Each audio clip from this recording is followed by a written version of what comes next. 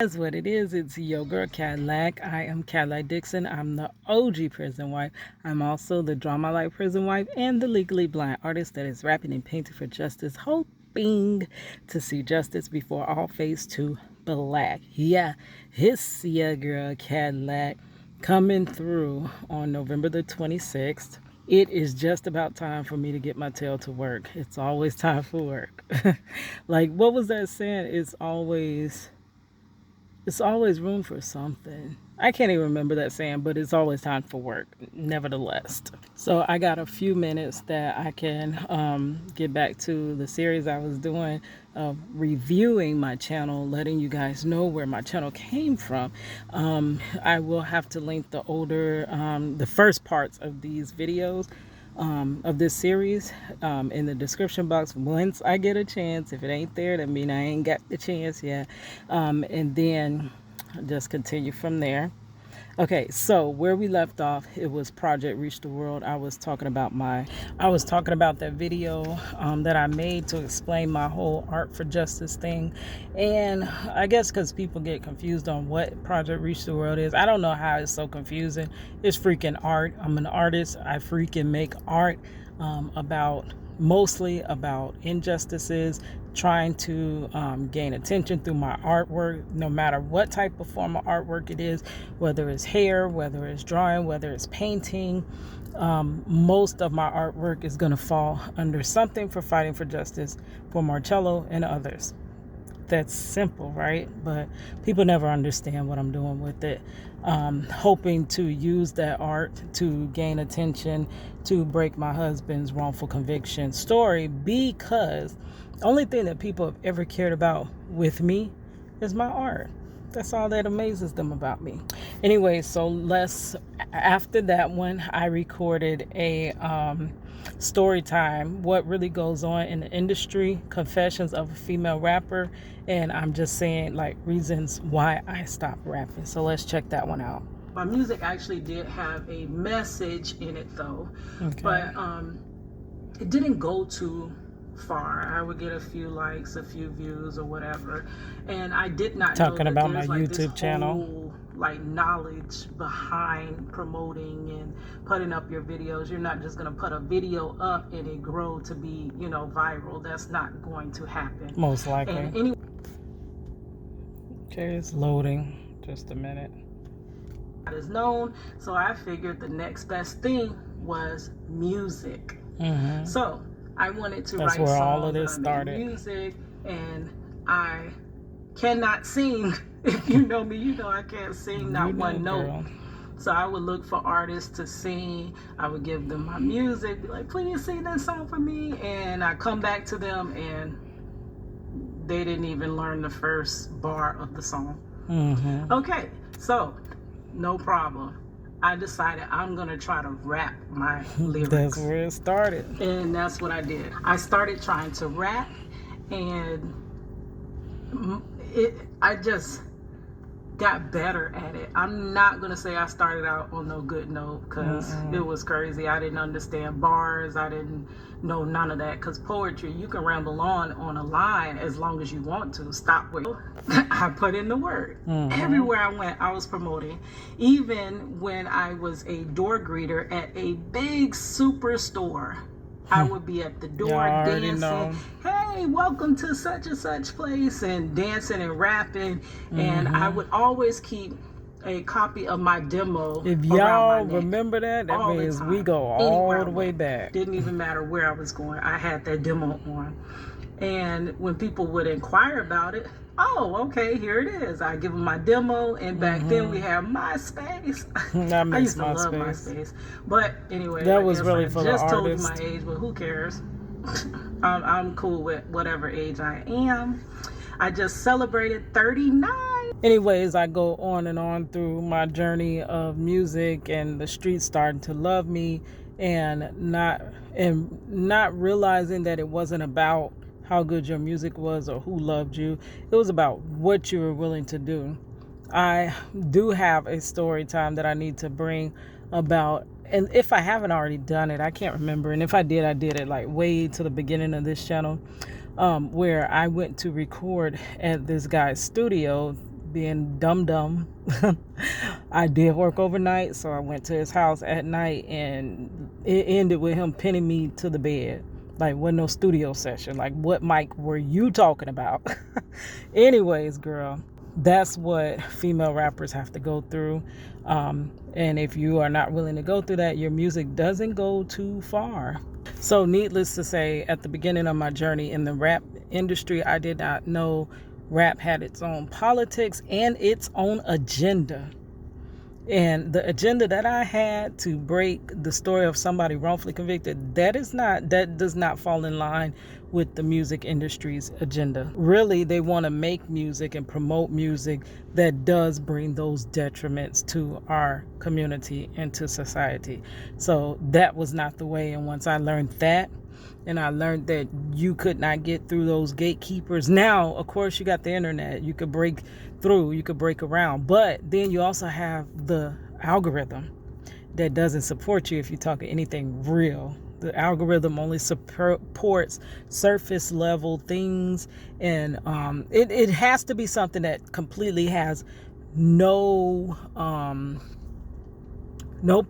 politics to it. It can't really be anything about changing certain situations. It got to be just straight knowledge or just straight entertainment or something like that. You can't be trying to change the world like I wanted to, or at least free my husband. That's why this journey is so hard, because that is a story that they want to stay buried.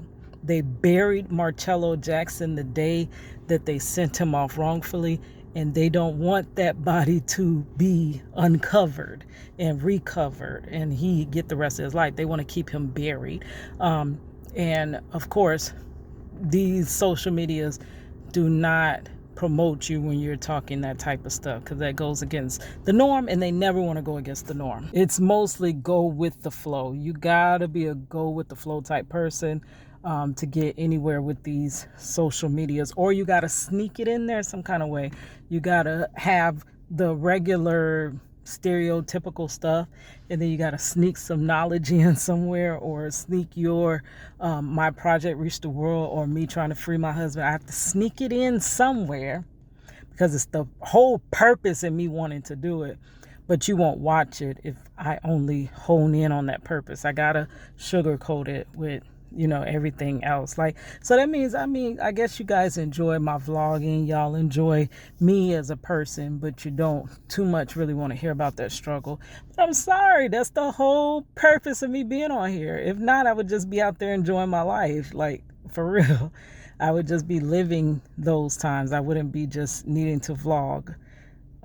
But my need to vlog is because I need to gain attention to this story so I can move on and be happily ever after in my life, Okay, the next video is I'm finally graduating. Yes, class of 2020. So I technically was class of 2020, but that ish made me fail, so I became class of 2021 because they only graduate once a year. The whole shutdown knocked me off my rocker. I was basically helping my nephew. I became his teacher all day, trying to do his work Monday through Wednesday, I believe. And then the rest of the week, I was trying to be the college student that I am. I was still raising my daughter. Well, I think my daughter had just graduated, really. And she just had started college. I was trying to do that and working overnight in a laundry room at a theme park with plenty clothes, like, girl. So that's how my life was set up. But I ended up graduating. So this is the next video.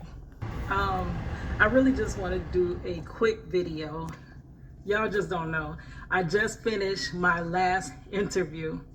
This week was portfolio, what we call portfolio review week. And the thing is that after all these many years, for me it took years to finish, because I started college in 1999. Yep. And then I met Marcello. I was doing college. I didn't have no money. So I was trying to pay my way through college, which was a very slow process. My parents didn't have money to send me to college. So I started clubbing. I met the love of my life. We were hanging out all night. I got pregnant. I tried to return back to school. I went to school while pregnant. I think like the first semester or whatever. And then I ended up not really dropping out, but going back to school once I had money, and realized very fast that was hard as heck. So I ended up having to drop out of school at 2002 when Marcello was taken from the family. That's when he was sent up the road. There was no way I could finish college, raise my daughter, work, like everything else. I probably could have did it, but it was so hard with the baby. So I dropped out of college. I did not return until my daughter was almost 16 years old. No, I'm sorry. She was 14 going on. When did I go back? I was 35. That would make her about 15 going on 16. I'm sorry. So at age 35, I returned back to school. I returned back thinking I was going to just have like a few more semesters to finish, baby. 3 more years at part-time, which took me 5 more years to finish my degree and my certificate. I received my degree in graphic design and my certificate in web design, and it was a long struggle. I have been a college student for over 20 years, and when I returned, they still had my ID, my college ID, and she was like, wow, you look a lot different. I'm like, yeah, some decades to do that to you, and the world done whoop my behind, lady. Okay, let's continue.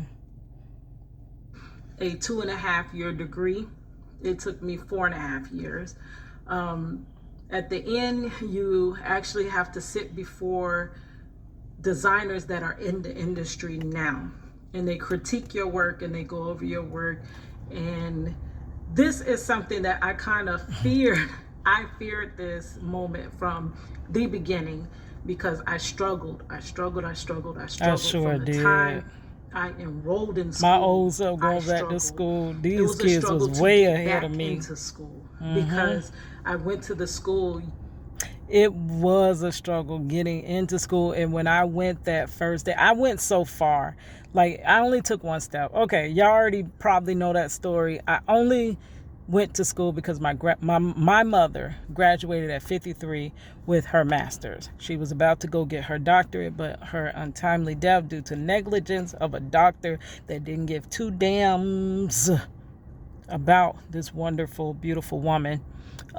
Okay, so that happened, but before, 6 months prior to her passing away, she graduated. And we were at her graduation dinner, and one of her friends was like, Keita, so what are you going to do? Like, why would you ask me out of all these fresh young people that still got life in front of them what I'm going to do?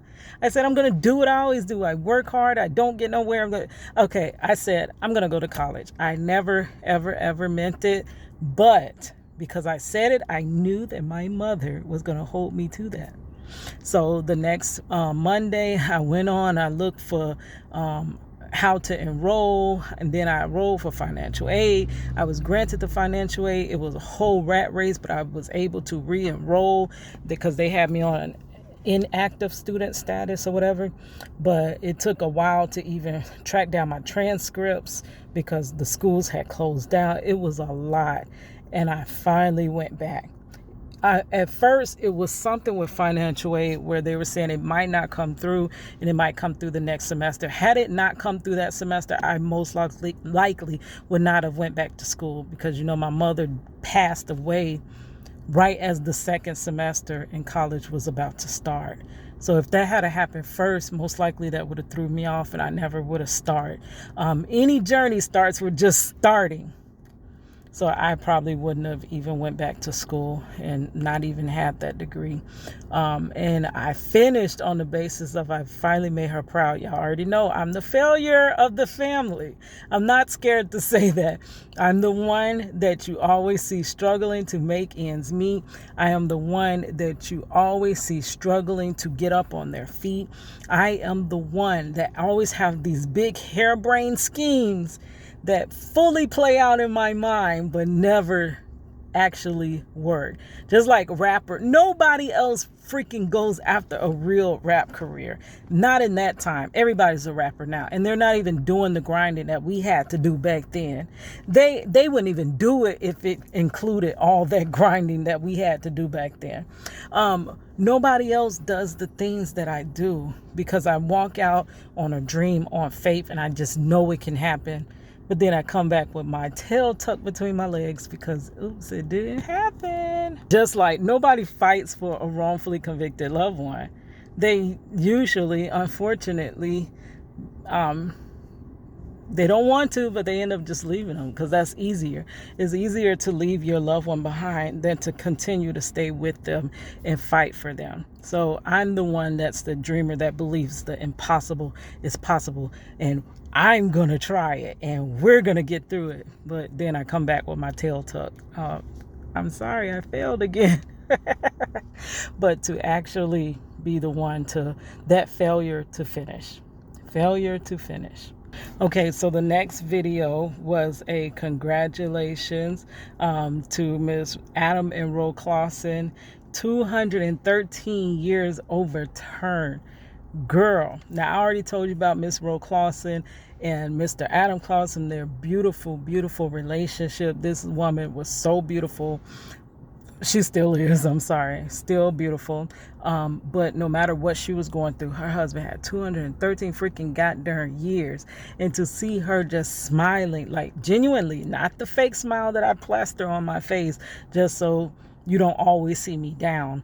Real smile. She was really beautiful, keeping her hair nice. She was so like just very well like groomed and mannered and everything.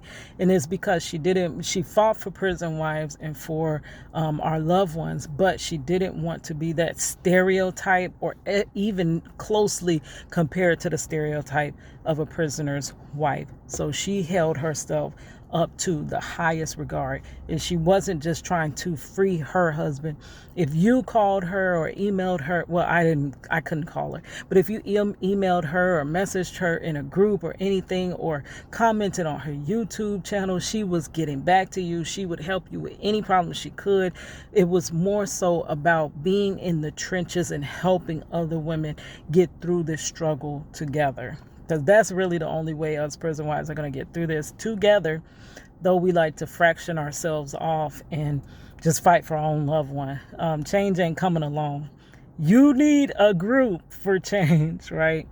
And she was. And one day I never forget, it was her birthday. I had just painted him and her for her birthday. I never even had the chance to send it to her, but she did see the video. And the next thing I seen posted in a group that he was coming home. And then days later, she was outside the prison. Do you know every prison wife imagines and daydreams about that? I stopped because, God dog, it don't even seem like that day ever exists. Well, it exists 16 years from now if nothing happens.